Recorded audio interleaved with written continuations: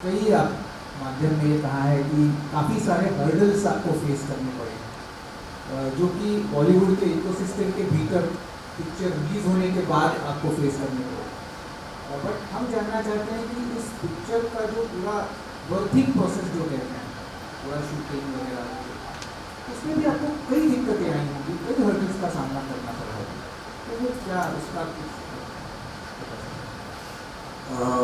देखिए, फ्रीडम का मतलब ये होता है कि एक कोहेसिव सोसाइटी हो जहाँ पे अगर आप कुछ कर रहे हैं तो समर्थन ना हो, लेकिन बिना बात का विरोध भी ना। अब इसको शुरू से अगर देखें तो फिल्म बनाने का मतलब एक आइडिया, अब उसके लिए आपको इंफॉर्मेशन और रिसर्च चाहिए। जब ज्यूस के ऊपर शिंडलर्स लिस्ट बनाई गई तो उनको बहुत सारा मटेरियल अवेलेबल था, वो एक जगह जाके उस मटेरियल को इकट्ठा करना और पढ़ना समझना और फिल्म बनती है। उसकी एक किताब लिखी गई थी जिसके ऊपर बनती। यहाँ तो कोई FIR ही नहीं लिखी गई थी, कोई रिसर्च ही नहीं था, कुछ नहीं। भारत सरकार को RTI भेजिए तो कोई इन्फॉर्मेशन नहीं, जम्मू कश्मीर गवर्नमेंट को भेजिए तो वो कुछ 100, 200, 219 का नंबर बता देते हैं।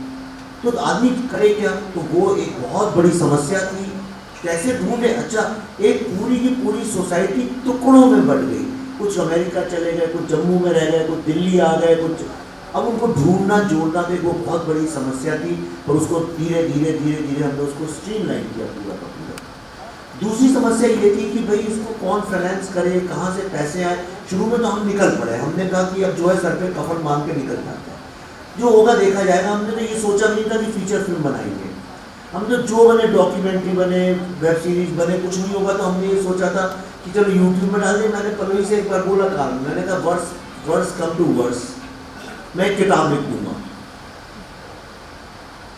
तो हमारे एक, अच्छा यही मैं अगर बोलता, देखिए कितनी आसान, आपको मैं देखिए कितना बड़ी हमारे कंट्री में हिपोक्रेसी है। अगर मैं किसी भी से भी बोलता कि मैं एक फिल्म बना रहा हूँ, हमने 700 लोगों का इंटरव्यू किया से फॉर एग्जाम्पल, और मैं कहता 700 तो छोड़िए, मैं कहता मैं कुछ 8-10 कश्मीरी मुस्लिम लोगों का रियल इंटरव्यू कर रहा हूँ और उनके इंटरव्यू पे बेस्ड एक फिल्म बनाना चाहता हूँ, कैसे आर्मी ने इन लोगों को सप्रेस किया और ऑप्रेस किया। आप यकीन करिए, ना हमें मेहनत करनी पड़ती, ना हमको कोई स्ट्रगल करना पड़ता है, स्टार्स भी आ जाते हैं, पैसा भी आ जाता, मार्केटिंग भी हो जाती, सब कुछ हो जाता, और शायद हम भी बहुत पैसे कमा लेते, पर हमने वो रास्ता ही नहीं चुना, क्योंकि हम फिल्म बनाने के लिए नहीं है। फिल्मों से, बॉलीवुड हॉलीवुड से तो मैंने 2010 में रिजाइन कर दिया।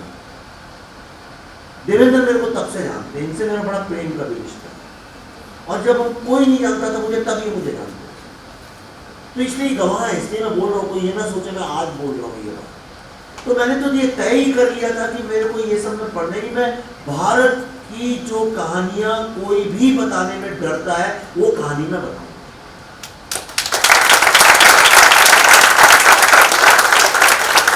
अब पूरा का पूरा वो इकोसिस्टम जिसकी कल प्रधानमंत्री जी बात कर रहे थे, वो पूरा इकोसिस्टम इस बात में लग गया, अरे ये फिल्म क्या खा के बनाएंगे, बनाए तो हम देखते हैं, राइट।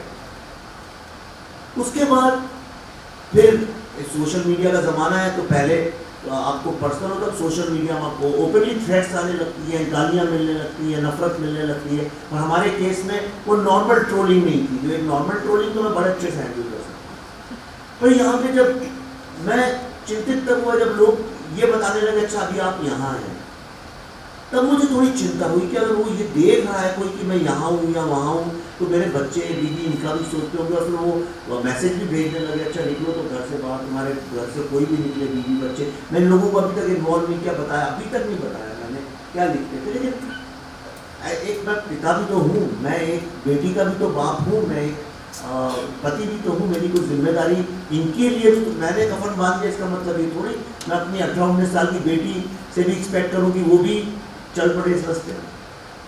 तो वो एक खतरा। दूसरा, कहीं से कोई सहयोग नहीं, कोई सहयोग नहीं, कहीं भी किसी चीज से एक्टर्स काम करने को तैयार नहीं,